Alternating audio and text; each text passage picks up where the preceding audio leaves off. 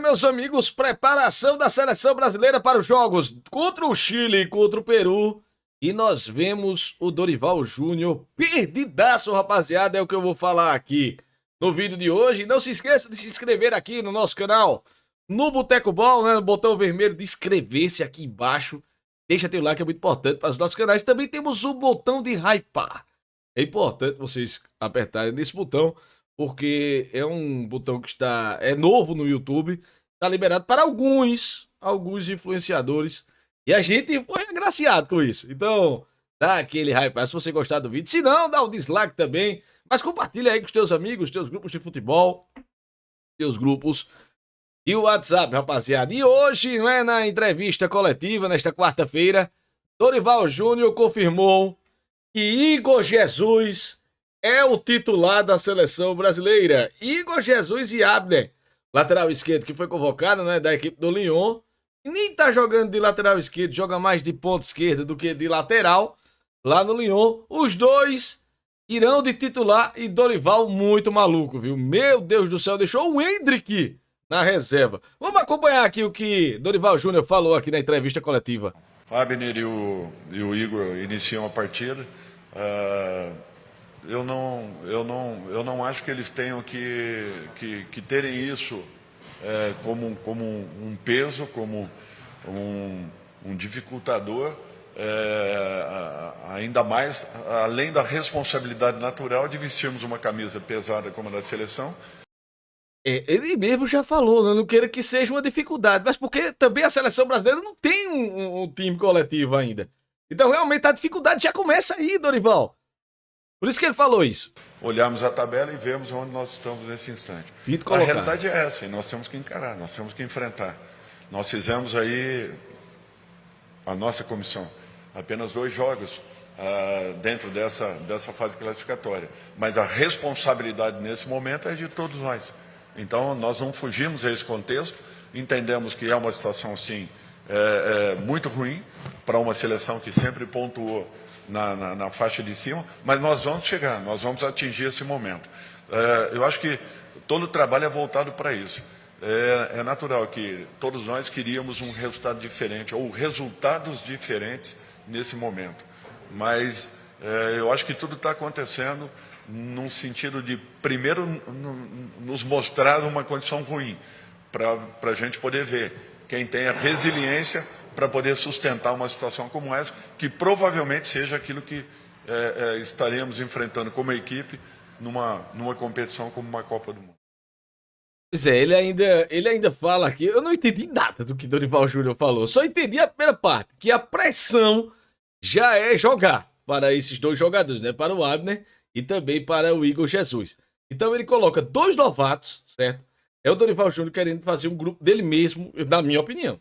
Ele quer fazer um grupo dele mesmo, tá dando moral aos novatos. Endrick no banco de reservas, o cara joga no Real Madrid, tá certo? Que ele não é titular do Real Madrid. Mas é um cara que fez gol nos 3 primeiros jogos da seleção brasileira. 3 gols nos 3 primeiros jogos com o Dorival Júnior. E inexplicavelmente o cara tira o jogador no intervalo do jogo contra o Paraguai, né? Perdemos lá em Assunção. Finalmente, né, ele conseguiu perder, que ainda estava invicto sem jogar absolutamente nada na seleção brasileira. Perdeu o último jogo contra o Paraguai. Foi a primeira derrota de Dorival Júnior com a camisa da seleção brasileira. Mas ele vai com o Igor Jesus. O Igor Jesus, na minha opinião, merecia a convocação, merecia. Agora, merecer a convocação e já jogar como titular, posso queimar minha língua. É um atacante inteligente, é um cara que sabe sabe fazer pivô, sabe também distribuir as jogadas. Pode queimar minha língua, mas entre ele e Endrick, eu tô falando entre ele e Endrick, eu iria de Endrick. Mas o treinador é ele. Até quando? Não sabemos. Vamos falar aqui do Andréas Pereira também, que ele falou na entrevista coletiva. Por que convocou o Andréas Pereira e não convocou um outro atacante no lugar do Vinícius Júnior? A ideia principal da convocação do Andréas é que nós tínhamos mais atacantes do que meias. E quando eu imaginei perder... Ele falou que tinha mais atacantes do que meias. Eu também concordo. É muito atacante para pouco meia. Uma seleção brasileira que tinha menos meias do que laterais, por exemplo. Vinícius, que não era uma condição natural naquele instante, tentando uma adaptação do Rodrigo nessa função. Eu sei que seria difícil, até porque nós temos, que vocês acompanham, nós temos 2 treinamentos reais, 2.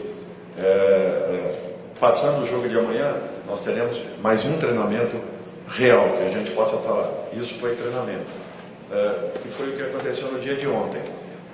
No dia anterior, nós não tínhamos o elenco ainda completo aqui dentro. Então, é para vocês verem o grau de dificuldades para você montar uma equipe num processo em desenvolvimento. Exatamente, a seleção chilena também tem 2 treinamentos e vai ter mais um, né?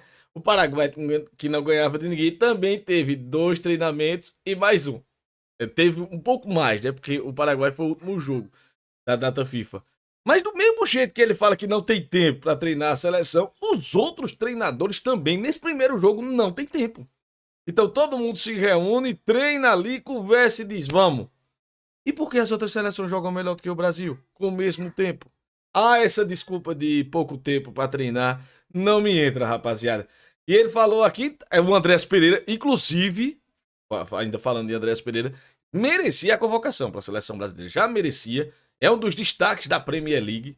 Foi convocado o Andrés no lugar de Vinícius Júnior, né, que se machucou, também não vinha jogando nada, mas merecia essa convocação, o Andrés Pereira. Ele falou aqui sobre a reclamação, né, porque ele chamou o Igor Jesus, né, chamou o Fabrício Bruno, chamou alguns jogadores do futebol brasileiro, ele falou sobre isso aqui também. É engraçado que quando eu assumi, o maior número de perguntas era no sentido de uma renovação, inclusive partindo de vocês próprios. Dorival, vai existir uma renovação na seleção? Vai existir.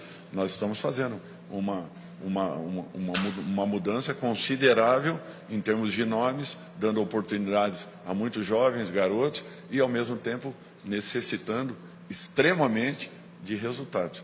Então, assim, eu também, em alguns instantes, eu quero entender o que todos nós queremos. Nós queremos as mudanças com o resultado no dia seguinte. Ninguém é mágico para fazer tudo isso.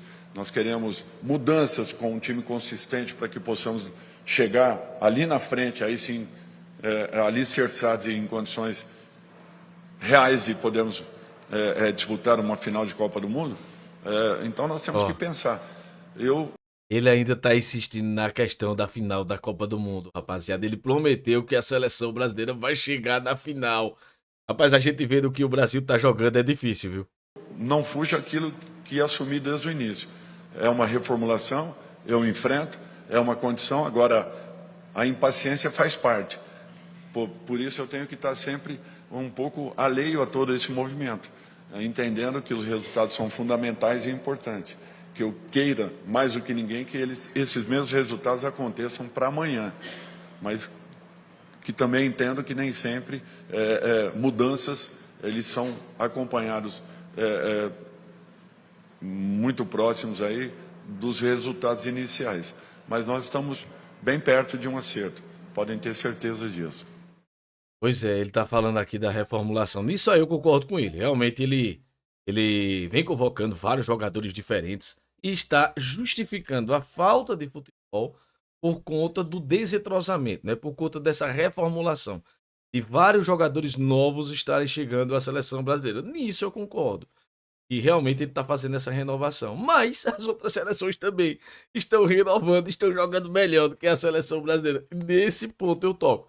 Agora, claro, eu tô cobrando aqui Dorival Júnior, mas eu acho um cara muito educado. Um cara muito educado, é um cara que sabe assim, passar numa tranquilidade. Eu creio que essa tranquilidade também ele está passando. Mas tem que haver uma cobrança também em cima desses jogadores da seleção brasileira. Mas sim, ele é um senhor muito educado. Dorival Júnior sempre achei. E ganhou títulos com o meu São Paulo Futebol Clube, né?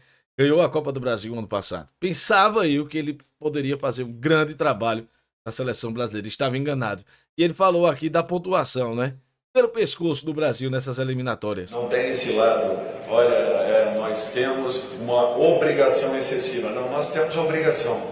Nós temos a obrigação de fazermos o maior número de pontos possíveis, nos aproximarmos daqueles que estão na nossa frente. Teremos 2 jogos complicados, sim.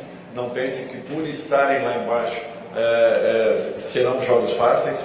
não fomentem essa ideia ao torcedor, porque não é isso.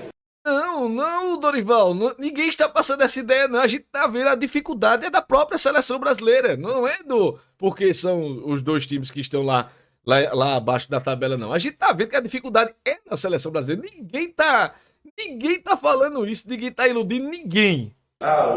Hoje são as duas equipes na fase de baixo da classificatória, sim. Porém, a diferença de pontos ela é mínima, ela é muito pequena, então ninguém está numa situação confortável. A própria rodada anterior nos mostrou isso.